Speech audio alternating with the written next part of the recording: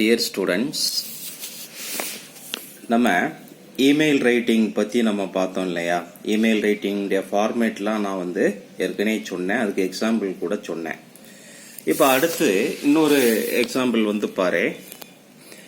You are Ahmed Rasheeda, draft a mail to your friend Khalid about your new friend in your English class. இப்போ இதுக்கு mail நீ இது பண்ற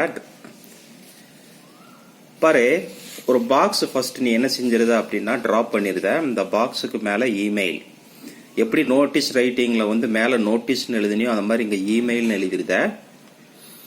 அடுத்து பாரு, அந்த பாக்ஸினுடைய லெஃப்ட் சைடு டாப்ல நீ யாருக்கு மெயில் அனுப்புறியோ அவங்களுடைய மெயில் ஐடி.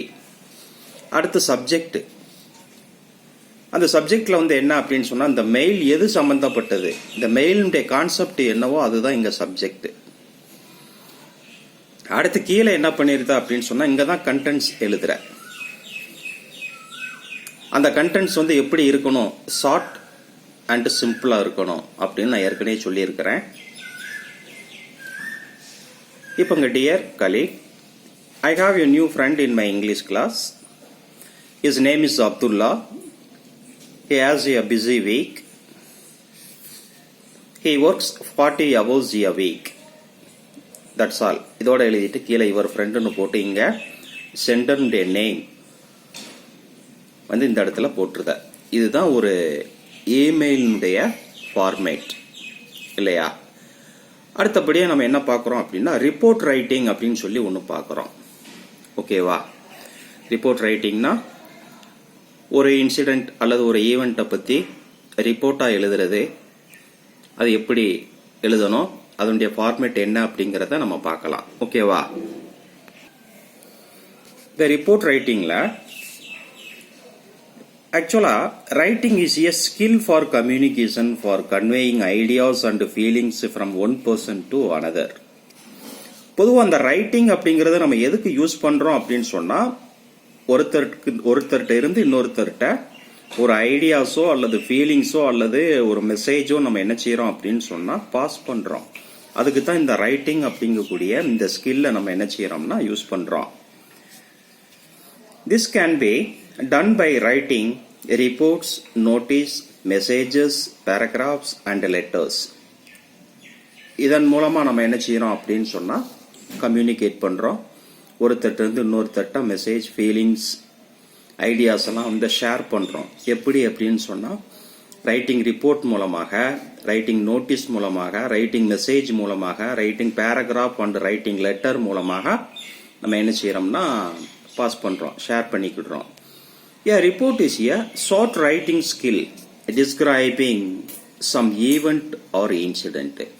இந்த ரிப்போர்ட் ரைட்டிங் அப்படிங்கக்கூடியதும் ஒரு ஷார்ட் ரைட்டிங் தான்.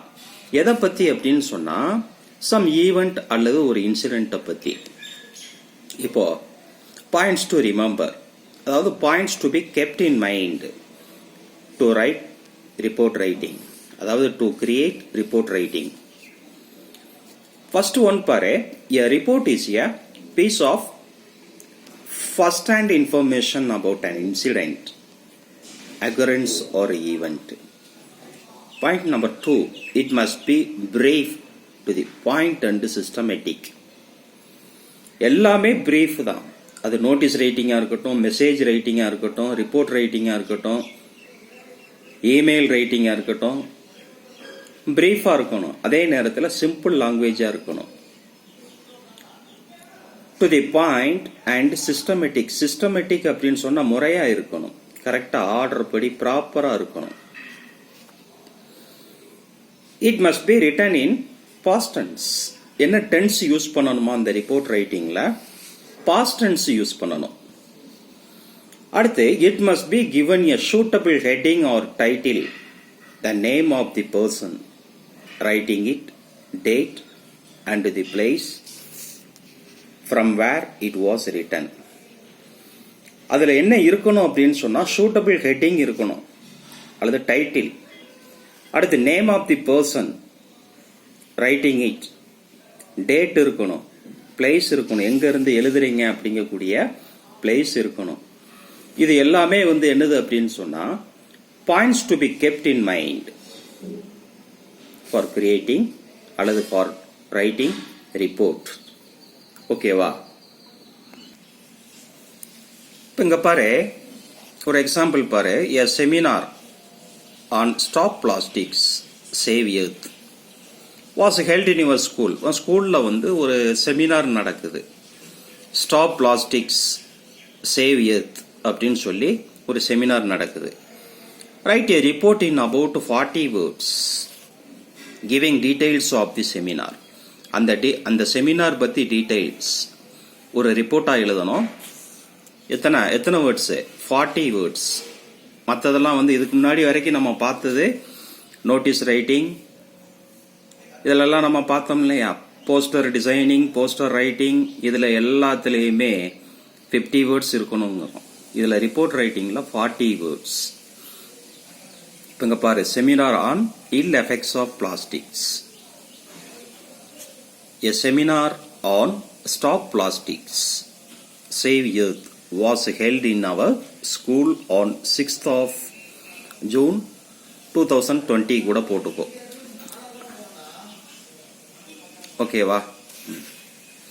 The Education Minister of Tamil Nadu was the chief guest.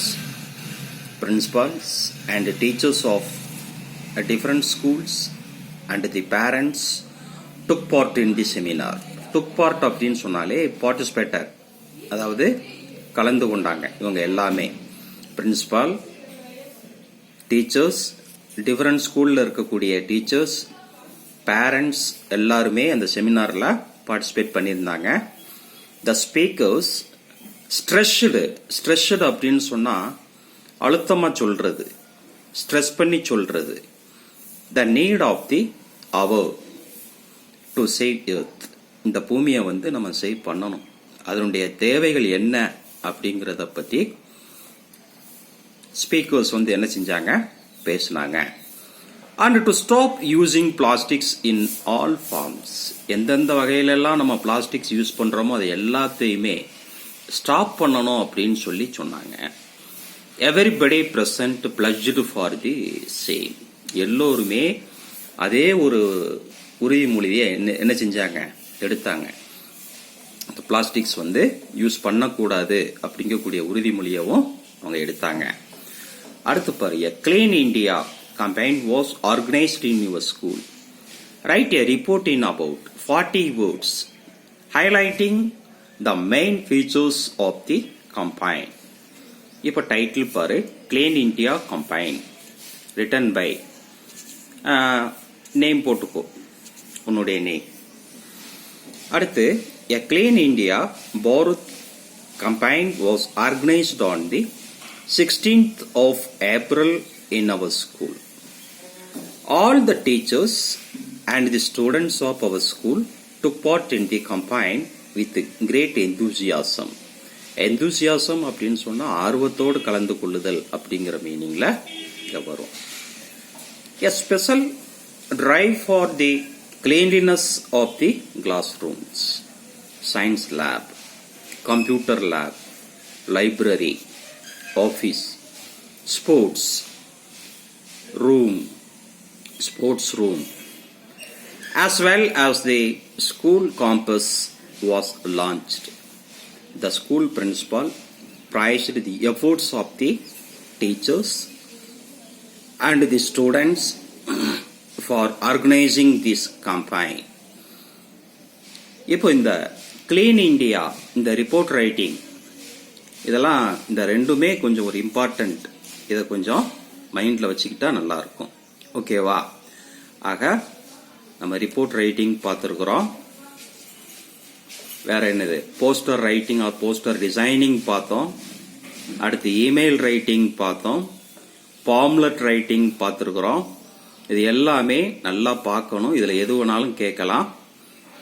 அடுத்து நான் இதுக்கு கீழே கொடுக்கக்கூடிய ஹோம்ஒர்க்கை நீங்க மறக்காம எழுதி அந்தந்த குரூப்ல போட்டு விட்டுறணும்.